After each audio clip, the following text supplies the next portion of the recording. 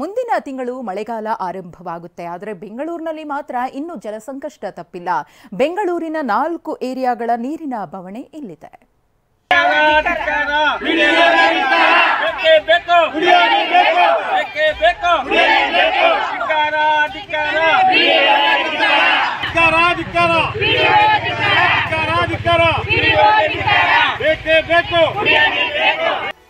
ಖಾಲಿ ಕೊಡ ಹಿಡಿದು ಬುಸುಗುಟ್ಟಿದ್ದಾರೆ. ವಾಟರ್ ಪ್ಲಾಂಟ್ನ ಅವಾಂತರ ತೆರೆದಿಟ್ಟಿದ್ದಾರೆ. ಜಲದಾಹದಿಂದ ರೊಚ್ಚಿಗೆದ್ದಿರುವ ಇವರು ಯಲಹಂಕ ಸಮೀಪದ ಮುದ್ದನಹಳ್ಳಿ ಜನ. ಶುದ್ಧ ನೀರಿನ ಘಟಕ ಕೆಟ್ಟು ತಿಂಗಳುಗಳೇ ಕಳೆದಿವೆ. ನೀರಿಲ್ಲದೆ ಮನೆಗಳಲ್ಲಿ ಗಲಾಟೆಯಾಗ್ತಿವೆ. ಪಂಚಾಯಿತಿಯವರು ತಲೆ ಕೆಡಿಸಿಕೊಳ್ತಿಲ್ಲ ಅಂತ ಗುಡುಗಿದ್ರು.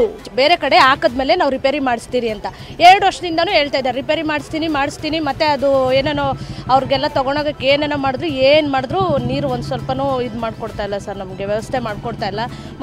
ಮತ್ತೆ ಮಾಮೂಲಿ ಬಳಸೋ ನೀರನ್ನು ಅವ್ರಿಗೂ ಸೌಕರ್ಯ ಮಾಡಿಕೊಡ್ತಾ ಇಲ್ಲ ಸರ್. ಬಿಡೋರು ವಾಟರ್ ಮ್ಯಾನು ಸರಿ ಇಲ್ಲ ಸರ್. ಒಂದು ಸೈಡ್ ಬಿಟ್ಟರೆ ಒಂದು ಸೈಡ್ ಬಿಡ್ತಾ ಇಲ್ಲ ಸರ್. ವಾಟರ್ ಮ್ಯಾನ್ಗಳ ಕಳ್ಳಾಟವನ್ನು ಜನರು ತೆರೆದಿಟ್ರು. ಆದ್ರೆ ಜನರ ಪ್ರತಿಭಟನೆ ಕಂಡು ಪಿಡಿಒ ಹಾಗೂ ಸಿಬ್ಬಂದಿ ಸೈಲೆಂಟ್ ಆಗಿ ಬೇರೆಡೆ ಹೊರಟ್ರು.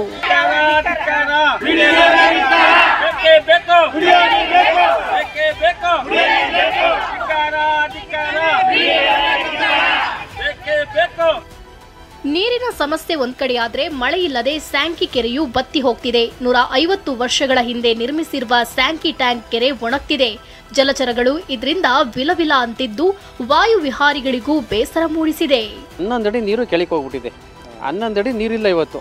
ಇವಾಗ ಒಳಗೆಲ್ಲ ನಾವು ಒಡ್ಡಾಡ್ಬೋದು, ಆ ಥರ ಆಗ್ಬಿಟ್ಟಿದೆ.